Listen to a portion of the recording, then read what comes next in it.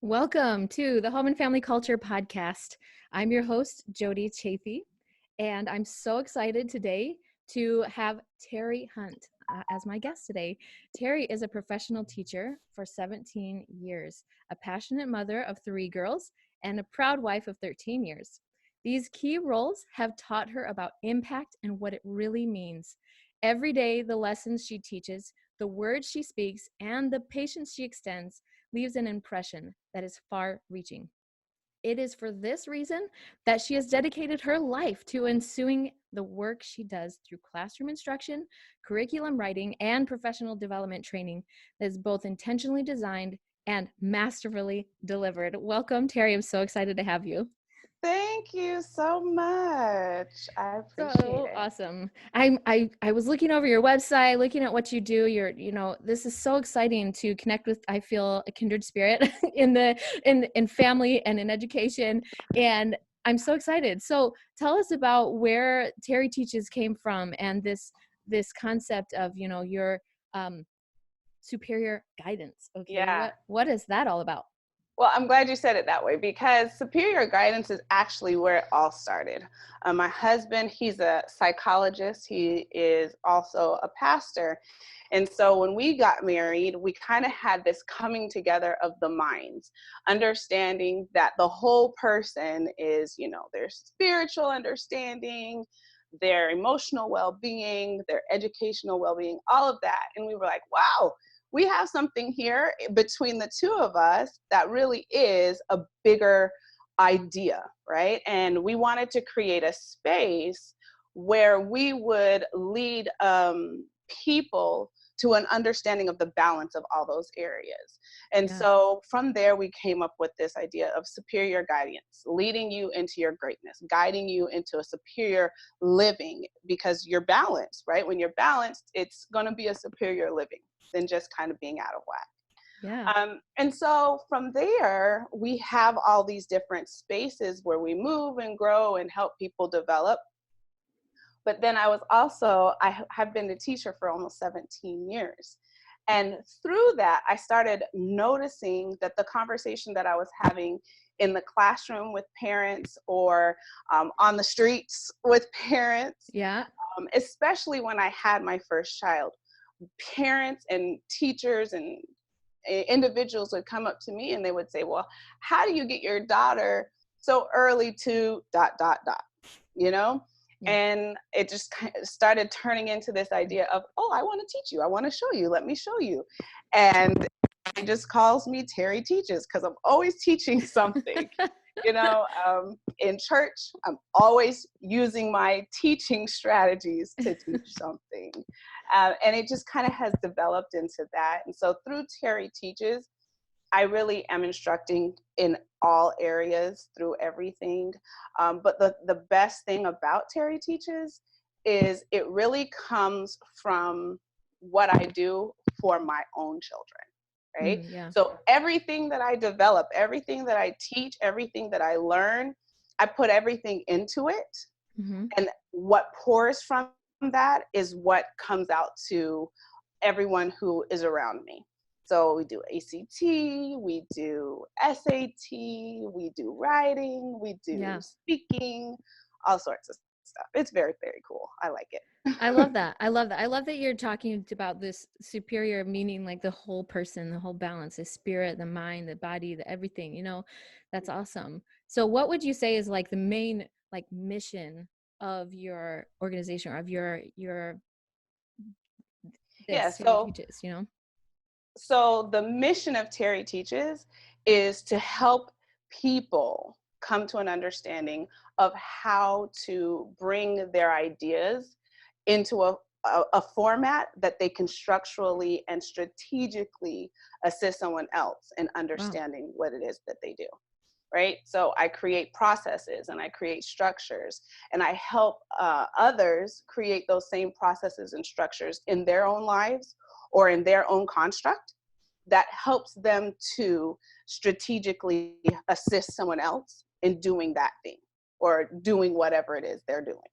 Wow. I love that you said that word construct because that was something that in this idea around family culture is that it's like what are the constructs or the mindsets or the ethos that we are growing up in or existing in, that every family has a unique construct Mhm. that makes them Yes. who they are. And Right. so that's cool. That sounds like what you do is like allow them to take the knowledge that you have and then adapt it to what is consistent for their families and their values or their organization. Yeah, Does and that I sound right? appreciate, yes, because I appreciate you saying it that way, because one of the things that happens when I work with people is they expect that I'm going to give them all the answers. They Mm-hmm. expect that I'm going to lay out, because essentially that's what traditional school does. It says, if you do this, then you'll be amazing. Well, I'm trying to move my children. I'm trying to move the world around me into a direction where we think for ourselves. We evaluate our space. We evaluate the people in our space, and we design and create something that is truly magical and amazing for who we are in that space. It's the Wow. same thing in our family, right? Mm-hmm. When I teach families how to create their fam, I'm not doing anything but creating the space for them to have conversations with their family and their children, identify who they are, and then from that develop something that's truly magical and unique for their families. Wow, I love that so much. Just being able to just have that self-expression and Yeah. self-actualization. It's like so crucial. It's something that so many, I feel like I never got that chance growing up in my education. I feel like I was always told, make sure you go to school and get good grades and prepare to have a marketable degree, quote unquote, that it's like, okay, but what does that even mean? And anymore, it could mean anything. But I love that to be able to learn in a way that allows you to self-actualize and figure out what is my superpower, right? Like what is my thing I love that's the gonna word. That's be. like my favorite word ever. I tell my kids all the time, you have superpowers, you know? It's so important to find it and to Yes. help our kids to find it. Yes. And I remember when I was in school, I'm an educational psychology major. And so I remember being in school, they would talk to us about these phases and how the ultimate is self actualization, and how when you get to your 90s and you finally reach that self actualization. I was like, well, I don't want to be 90 Yeah. and forgot everything. I don't want to spend my whole life hoping for self actualization. Yeah. And when I realized that I could help my children get to a place of self actualization so that, again, they could experience that superior life Mm-hmm. that comes when you have a security in who you are. You know who you are, you know how to articulate who you are, you know what you enjoy and what you dislike, and you reach that place, you spend the rest of your life really enjoying life, Yeah. you know? It doesn't have to be, I mean, when you're 90, who knows if you're going to make it that long? And then you're going, oh no, I'm never going to live my fullest. Oh, wait, I I won't don't get like it that there anyways. idea. I'll be 90 anyways. Yeah. Sad. Yeah. Uh, so when you were talking about helping families cultivate or discern this, you put air quotes in the fam. Okay. What Yeah. is that all about? Like, So it's the acronym that we use in our mhm. family, right? We're creating the fam. And the reason I say that we are creating the fam is because the fam changes, Mm. right? It's the Yep. family, and the family changes. Before there was only one kid, and then there was kids, and then there was three kids, and then one of the kids went to college. And so the fam is always changing, and so you have to get to the place where you can create the fam. And the fam really is just F.A.M, right? And the family, or the fam, has a foundation, and then you understand the attributes of all the people in that fam, and then those two things help you move, right? It helps us Mm. define how we're going to move forward. It helps us figure out what our next decisions or what our next moves are going to be. But you can't really understand the movement of your family or the direction that your family needs to head into until till you have a foundation. That's Yeah. your vision and your mission and your core values. And then you understand the attributes or the characteristics or the likes and dislikes of all the people in the group, you know? Mm-hmm. Because once we know those two things, then we know how to move. We know what Yeah. direction to go into. And so we create the fam often. We had to recreate the fam when my oldest went to college. When I tell you that was like the most devastating thing for the two younger ones, and we had Oh, to yeah. help them understand what that does to the fam, right? What does Mm-hmm. that do to the attributes that are now in the house? Because the 18-year-old, she was the peacemaker between Wow. the 10-year-old and the 4-year-old, right? Uh-huh. She was the peacemaker. She's not here now. So they're Yeah. like, and we have to identify these attributes now Yep. don't have their covering and their massaging and their, so how are you all going to help yourselves get through these spaces now that the fam has changed? And so that's kind of what we mean when we create the fam or Wow. recreate it all the time. No, yeah, I love that so much because you're like the family changes, it evolves so much through as your kids grow up and go through different life stages, and like being able to adapt to those changes. That's awesome. I love that you spelled that out so well. To have the foundation, Yeah. know your attributes, be able to move forward. Because like I compare family culture to like this is a journey, right? We're getting it's like a road trip. You know, we're all getting in this car together. We're gonna see. All right, what's our foundation? I like that to be able to say who are we. Mm-hmm. What are we doing here and where are we going? Mm-hmm. We don't want to just get in the car and then just flip a coin every time we want to make a choice or something. We need to know who we are and that our choices matter, that Yeah. it makes a difference, and we're Yeah. going to impact that. And when you talk about it in the terms of this is our family, and you approach it in a very guiding format, right? Mm-hmm. Now I'm helping my kids adapt structures and adapt strategies that help them be great in all of the other areas that they're going to go into.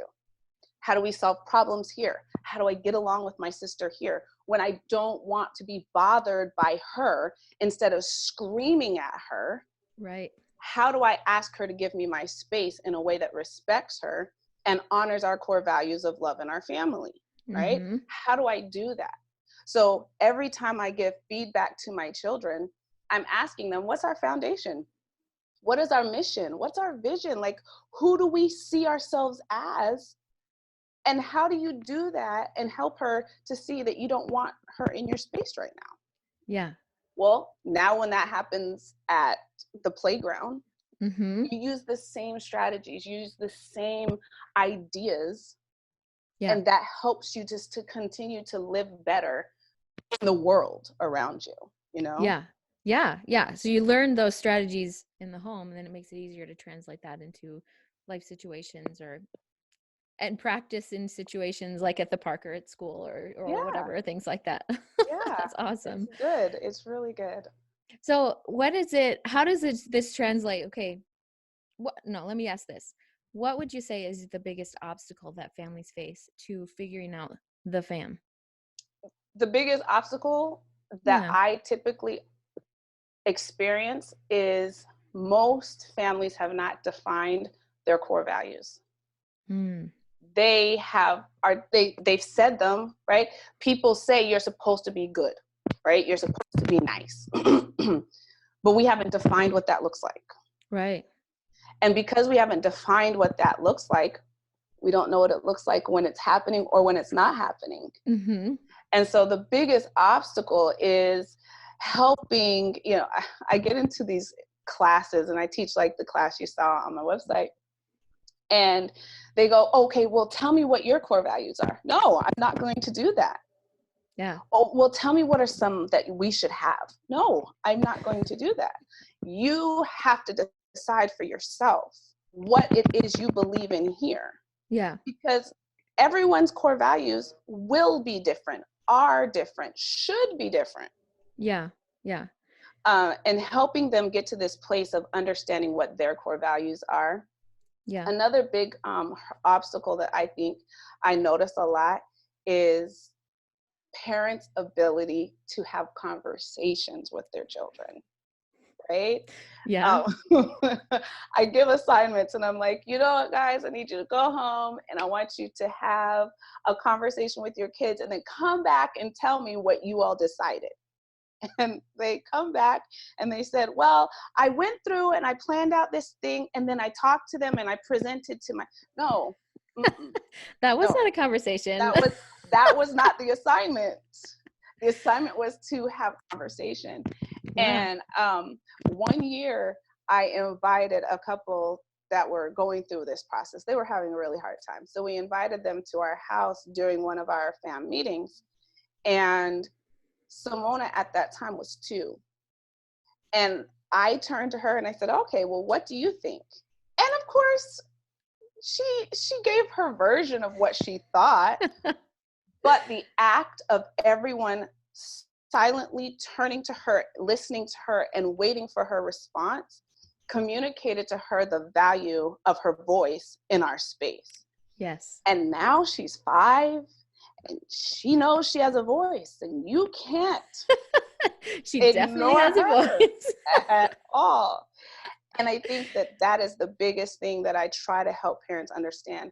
When you take pause to hear your children, you will begin to understand their core values Yeah. or what they've seen you tell them verbally or non-verbally what their core values should be. Wow. And that really becomes, a bigger thing. Yeah. Why is it so hard? Are parents like afraid of getting into a difficult conversation, or that they're afraid of things being controversial I or don't think upset? so. I think the reason that it becomes hard is because we behave the way we were taught, Hmm. right? So we discussed earlier that we go to school and we sit in a seat and we take in information, Yeah. what we've been taught. Yeah. So we go through what, 12, 13, 14 years of that pattern of Hmm. behavior that we think that that's how you give information, right? So we come to our kids and we say, these are the rules. What did I say? Yeah. Thank you, you've learned something. Everyone leaves the table. And I think that that unlearned process really is the obstacle, but we see it manifesting in our inability to have this conversation with our kids. Wow. Because even I have unlearning to do. I really Hmm. do. Because, Everybody, I think. you know, We all do. growing up, I lived in a house where my mom really did encourage conversation, except when we were in trouble, right? Right. Any other time, we could talk and we could debate and we have these conversations. However, when we were in trouble, don't argue, be quiet, hush. And of course, when my child, now I'm telling her to do something and she's arguing back with me, I have to literally hold things because I'm like, she's arguing with me. But she's sharing Yeah. her heart towards a situation. And the day that I realized I wasn't hearing her is that she's crying while I'm fussing, and she's crying and she was like, you're not understanding what I'm saying. And I thought I was. Wow. She was wrong, you know? But the truth of the matter is, whether she was right or wrong, she wanted to share her heart. Yeah. And I had to take a Wow. minute and say to her, okay, I apologize. What is it that you're trying to say? You know, that is hard. As a Wow. parent, that is really, really challenging, especially when you grow up and you want them to not get in trouble for arguing with their elders, Right.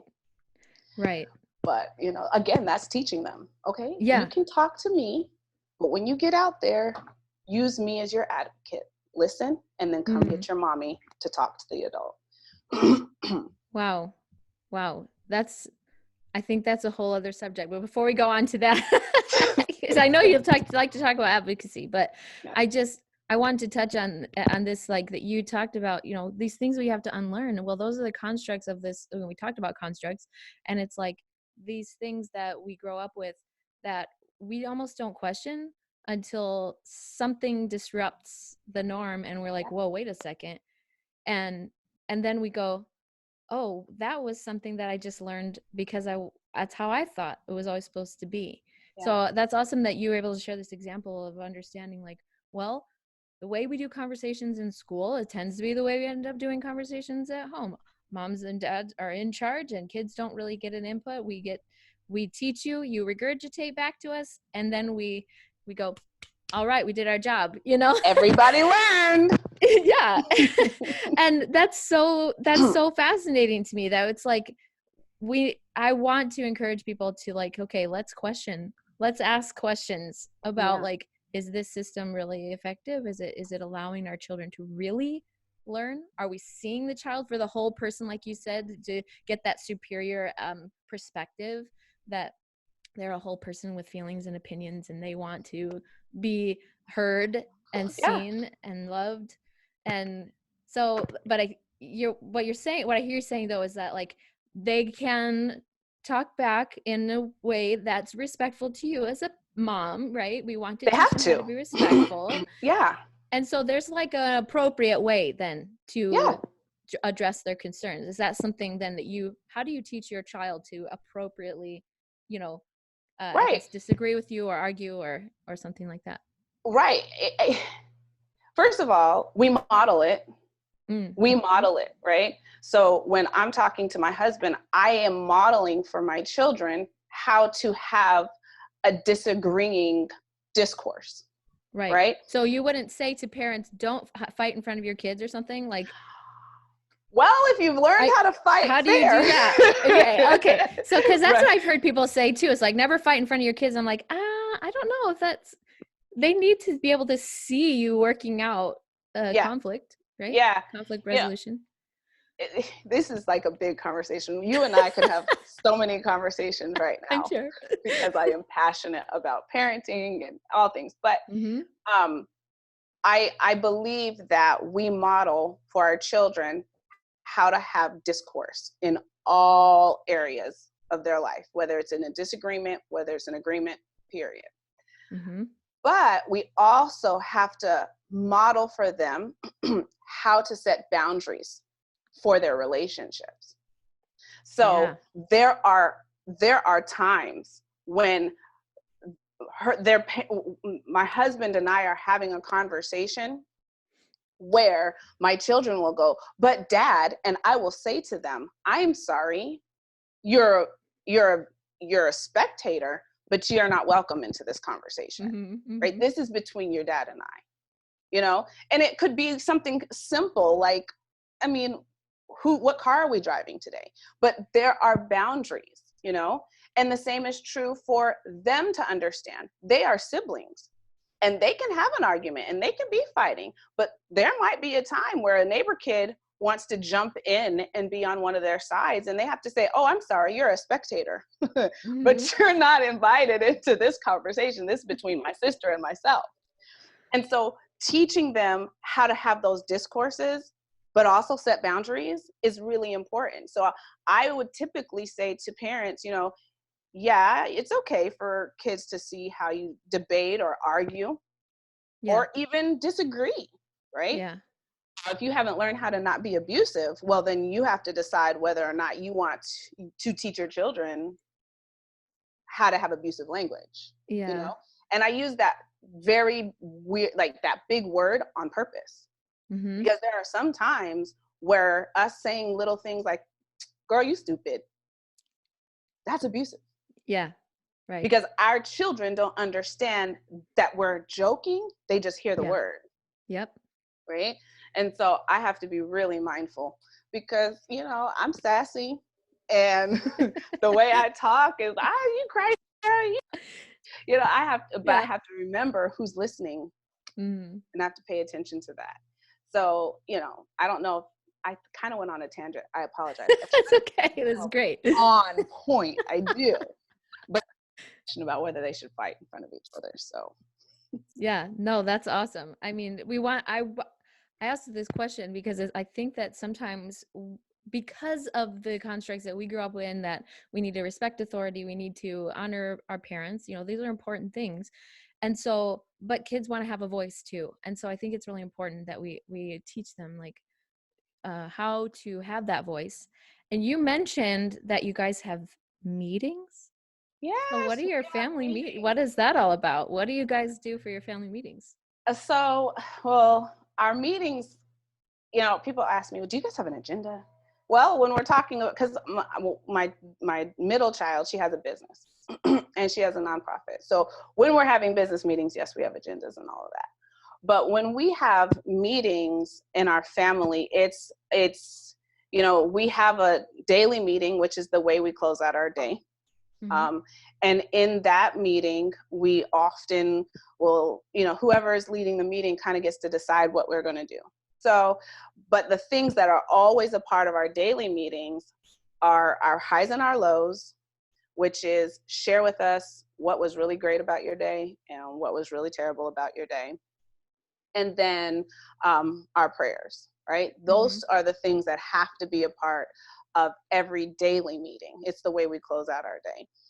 Then we have monthly meetings, and our monthly meetings are the time in which we kind of look at our schedule for the week, what we've got Yeah. planned, if there's anything we need to address. One of the things that seems to typically always be on our agenda is nobody's doing laundry. What can we do to change that? How are we going to fix that?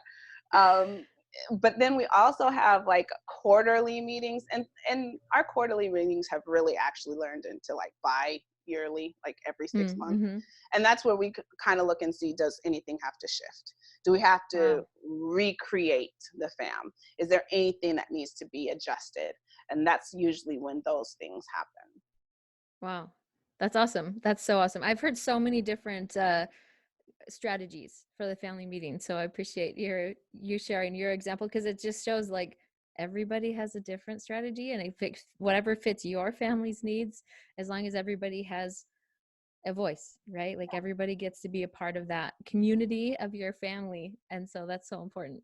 Yeah. And Cool. I think that one thing that we often have to remind people is, like, for instance, I started working at home and started working online and doing a lot of tutoring online. And so for the last, I don't know, 6 months, our daily meetings had kind of fallen off.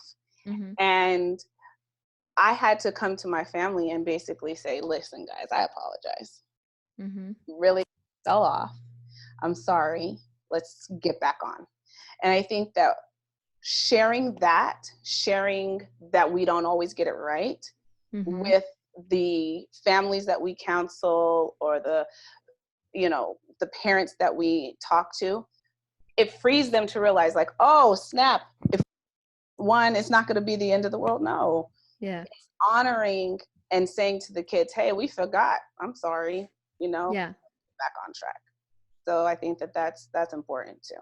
Yeah, absolutely. It's being honest and real, and it's being vulnerable. I think that being a part of our family and knowing that, okay, we're all imperfect beings, we're all just, learning to figure things out, then that, I feel like that creates more unity and more of a stronger bond with your family too, being like, I apologize to my kids all the time. All the Like all the time. time. You know? And it's like, you know what?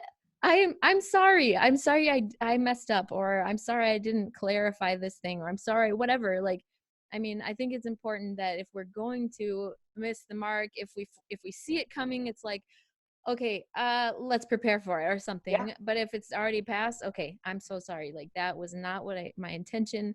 And I think that being vulnerable, it allows everybody to develop more integrity, and as a unit and individually, right? Like just being able to be real and be honest is so Yes. important. So important. I The one thing that I also wanted to talk about, just because you brought up this idea of apologizing to our Mm-hmm. children, um, I remember I had a conversation with a kid one time, and they said, what I really love about you, Miss Terri, is that if I get in trouble today, it's like you don't even remember I got in trouble tomorrow. And it And it's true. You know, if we learn to teach our kids to apologize and we don't hold it over them, Yeah. if we just, you know what, I stop and move on, as parents, we don't have to sit there going, oh man, I gotta apologize and now I ain't gonna hold it. No, because Yeah. we're teaching them that we make mistakes right now, but it doesn't define right in the next moment. It Yeah. just, okay, let's recalibrate and move on. And I think that that is a really powerful part of apologizing.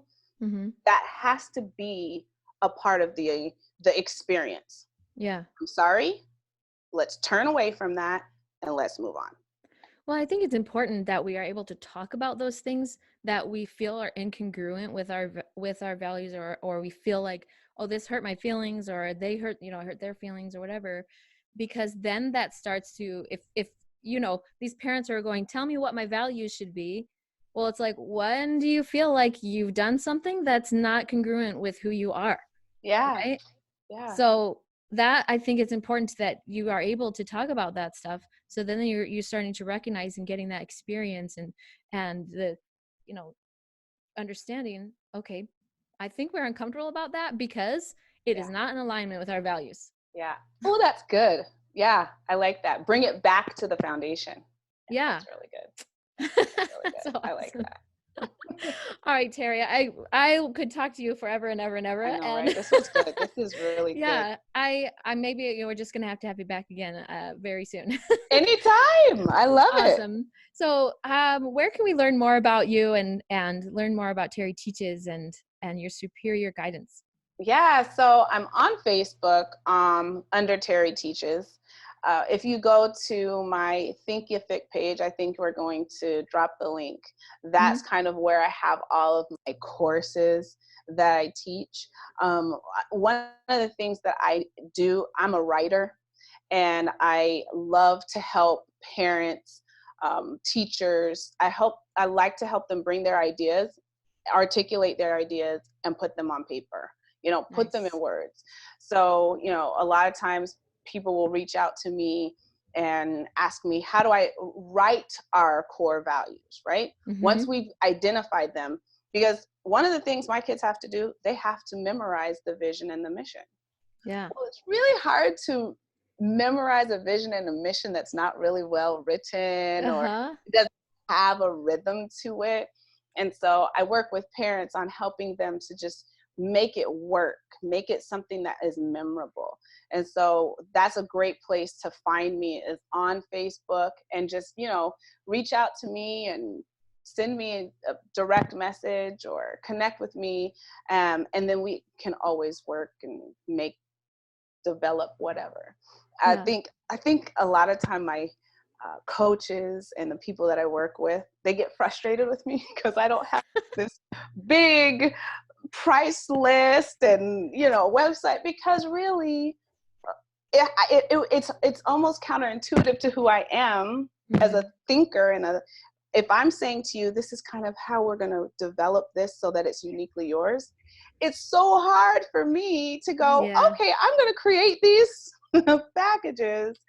I'm going to get better at that though. Well, Yeah. but it's even incongruent with like what you were just saying about the way that we want to stand over everybody and go, this is how you should do it, and this is a package that is everybody fits inside of that mold. Well, Yeah. how do you even do that when every family is so different, every Yes. relationship, all your kids are so different? And so I get that. Yeah, That's I'm awesome. gonna, streamline it. I'm coming. I was a part of a collaboration, and we're coming up with a book on February 29th about Oh, why we homeschool. Right? It's about why we homeschool, and so I think that will be another way for me to communicate my heart. And my chapter really talks about why I chose to homeschool after mm, 17 years in public school education. My kids, they went to public school, they went to private uh-huh. school, they went to traditional school. And it really talks about why I chose to bring them closer to me, right? To connect them back to me. And Is so that, that's what what's the Cliff Notes version of that? the I'd love Cliff to hear Notes it. version of the why Hmm. is I felt like I had lost touch. I tell a Yeah. story all the time. Um, Zebras have these stripes, and they look the same to all of us. but zebras have a very unique, like a fingerprint, and every one of their stripes is different. So the mom, when she has her babies, she takes them away from the pack for months at a time. And she just spends time staring at them. And she makes them stare at her. And they just spend all of their time together, so that when she introduces them back into the pack, they never are mistaken about who their mom is or about who her children are. For me, that was my why. I felt like we weren't gelling, we weren't connecting. When I would say something, my daughter would go, well, that's not what my teacher said. And like, hold on a second. Yeah. Hold on a second. We have a fam. Did you Yeah. forget? You know? Yeah. And I wanted them to come to me so that we could stare at each other, that we could get to know each other again, that we could talk to each other again, so I could learn their attributes, so they can learn my attributes, so that we can connect, so that, you know, whatever happens, I always take things year at a time. I always go, Yeah. I don't know what I'm going to do next year. Let's take it year at a time. But next year, she said she wants to go to middle school. And Okay. for me, that's critical time, right? Yeah. But I feel confident that she'll be okay because we've spent all this time staring each other. She Yeah. knows my values. She knows what her values are. And so now when she goes, she knows how to communicate. She knows how to protect herself. She knows how to stand up for herself and advocate for herself. So Wow. that's the longer cliff notes. Yeah. I love it. I My love it. why. I That's my love it. That's a whole other episode, I think, too. I would love to talk about. This is so awesome. So thank you so much, Terri. Thank you so much for being here and You're sharing your work. welcome. I just love what you're doing. So thank Thank you for being you. here.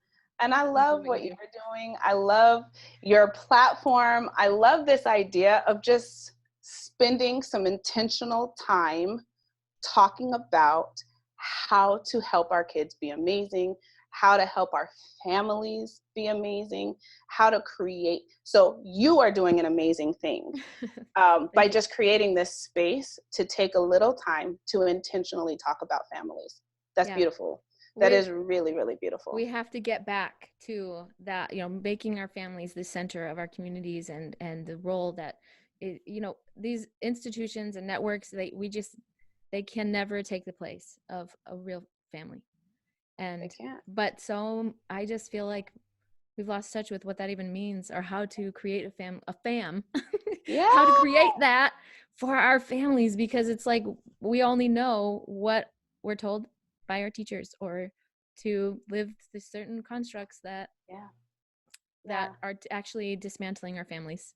Yeah. So yeah, more power to you and me. Let's do it. Let's get out there Yay! and share this some more. So thank you so much. And Yes. thank you to all my listeners. Thank you for being here.